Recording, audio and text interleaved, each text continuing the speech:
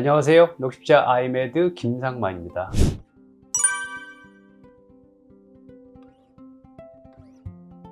오늘은 특별히 제 진료실에서 이렇게 촬영을 하게 됐습니다.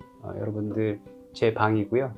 오늘 여러분에게 말씀드릴 내용은 진료실에서 못다한 이야기, 소화불량 음식 불내성 이야기 2탄입니다.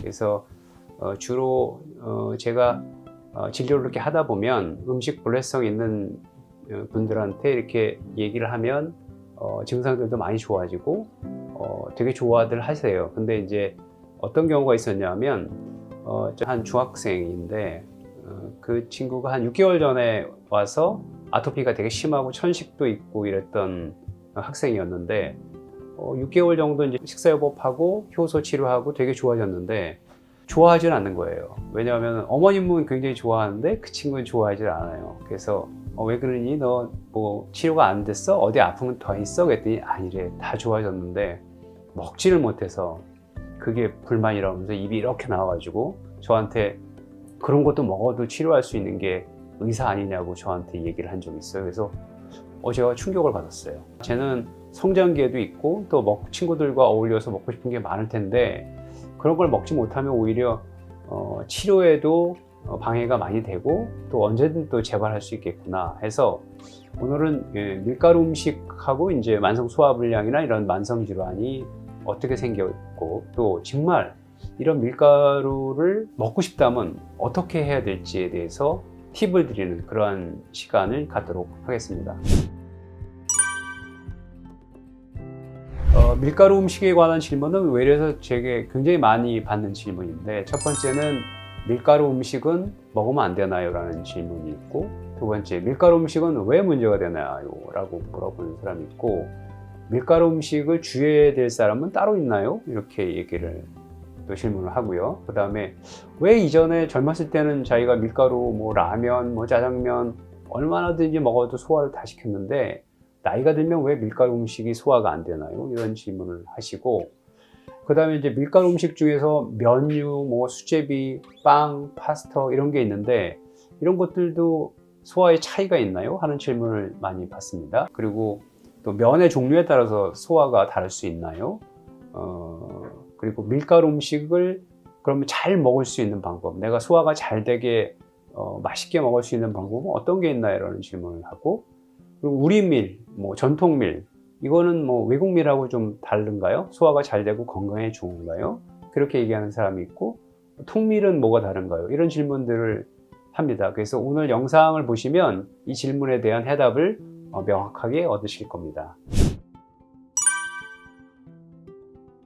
첫 번째, 밀가루 음식은 가루로 아주 소화가 잘 되게 부셔놨는데 왜 소화가 안 될까요? 라는 이제 질문을 먼저 합니다. 그래서 밀의 구조를 한번 볼 필요가 있어요. 이게 보통 전통 밀인데 이 전통 밀을 이렇게 보면 보통 이 씨눈이 있고요. 그 다음에 중간에 이 배유라는 부분이 있고 껍질 부분에 이제 밀기울이라는 게 있습니다. 이렇게 세 가지 부분으로 크게 나누게 되는데 보통 우리 몸에서 소화가 안 되는 역할을 하는 것들, 그래서 이런 것들이 어떤 문제가 되는 게 대부분 다 이 밀기울, 그러니까 이 껍질에 있어요. 껍질. 왜 이 껍질에 있냐 보면 우리가 보통 과일도 그렇고 과일이 어떤 자외선이라든가 병충해 이런 거에 이기기 위해서 이제 껍질에 어떤 항산화제라든가 좀 단단하게 만들어서 어떤 해충이 침입하지 못하게 하듯이 이 밀가루도 마찬가지예요. 밀가루도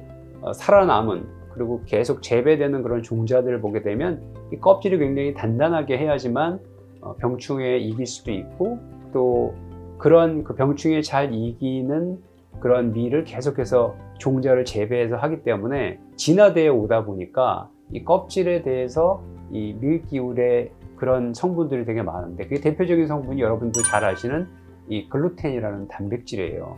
그래서 밀이 사실은 되게 밀가루를 그러면 먹지 않아야 되라는 질문이 그건 맞지 않는 게 밀가루에 대한 소화나 이런 데 문제가 없는 사람이면은 이 밀가루가 쌀보다도 훨씬 더 단백질이 많습니다. 그 단백질 중에 이제 글루텐도 단백질이고요. 그 다음에 이건 제가 나중에 따로 다르겠지만 그 껍질에 해충이나 이런 걸 보호하기 위해서 이 보호하는 그런 부분에 이제 렉틴이라고 하는 게 있는데 이것도 역시 그 껍질의 단백질인데 그래서 특히 이제 그 위점막에 잘 달라붙는 그런 물질이거든요. 이 렉틴이 함유되어 있어서 이제 소화에 문제를 일으킬 수 있고 이 포도메이비라고 해서 이 밀가루에는 이 프럭탄이라고 하는 어떤 그 일종의 그 녹말, 그러니까 사카라이드죠. 근데 이게 발효가 굉장히 잘 됩니다. 그래서 이 발효가 잘 되기 때문에 이런 음식을 먹다 보면은 이 가스가 많이 차는 사람들은 이 가스의 원인이 될 수 있는 게 이 프럭탄, 이 포드메비라고 하는 것이 이제 밀가루의 성분에 있고요. 최근에 이제 자가면역 질환이라든가 이런 거에 문제가 되는데 이거는 글루텐하고 다른 단백질인데 ATI라고 하는 그런 단백질이 있어요. 이 ATI는 제가 전번에도 말씀드렸지만 단백질을 분해하는 트립신이라는 효소의 분해가 안 돼요. 안 되는 물질이 이 밀가루의 한 2에서 4% 정도 차지한다고 하거든요. 그러니까 이런 거는 글루텐의 문제가 아니라 효소의 분해가 안 되기 때문에 밀에 이런 성분이 많으면 많을수록 우리 몸의 면역 체계에 문제를 일으킬 수 있다는 거죠. 그래서 밀의 이 성분을 보면은 식량으로 되게 좋은 단백질도 많고 이런 그 곡류긴 한데 이런 문제를 일으킬 수 있다는 겁니다. 그래서 첫 번째 질문, 밀가루 음식은 먹으면 안 되나요? 아니에요. 아무 문제가 없는 사람은 드셔도 돼요. 근데 이런 사람은 드시면 안 돼요. 여기 음식 불내성 검사를 했을 때 쭉 보면 곡물에 밀의 음식 불내성이 있죠. 이 음식 불내성이라는 건 제가 말씀드렸지만 소화를 하는데 장애가 있다 보니 소화가 덜 된 음식이 우리 혈중 내에 들어가면 거기에 대해서 항체를 만드는 물질인 거죠. 그러니까 우리 몸의 면역 체계를 변화시킬 수 있는 가능성이 있다는 거죠. 근데 이분 같은 경우는 밀에도 있고 밀의 성분인 글루텐에도 있고 그 다음에 글리아딘에도 있어요. 그래서 이런 분들 같은 경우에는 이제 밀가루 음식이 해로운 거죠. 이런 사람을 제외하고 여기에 문제가 없는 사람들은 드셔도 돼요. 이제 무조건 안 먹는 건 아니라는 거죠. 그래서 이 밀가루 음식이 이제 문제를 일으키는 거는 전번 시간에 제가 얘기했던 그 음식 불내성에 어디에 문제를 일으키냐면 특히 음식 감수성, 푸드 센시티비티의 면역 매개성에 이 셀리악 디지드라고 하는 게 바로 글루텐에 대한 그 항체가 형성이 되면서 생기는 어떤 자가 면역 질환, 장질환이잖아요. 그게 하나의 원인이 될 수가 있고 또 하나는 이 음식 감수성의 면역 매개성에 그 ATI라고 하는 아밀라제 트립신 저해 물질로 인해서 생기는 이러한 병에 관련될 수가 있고요.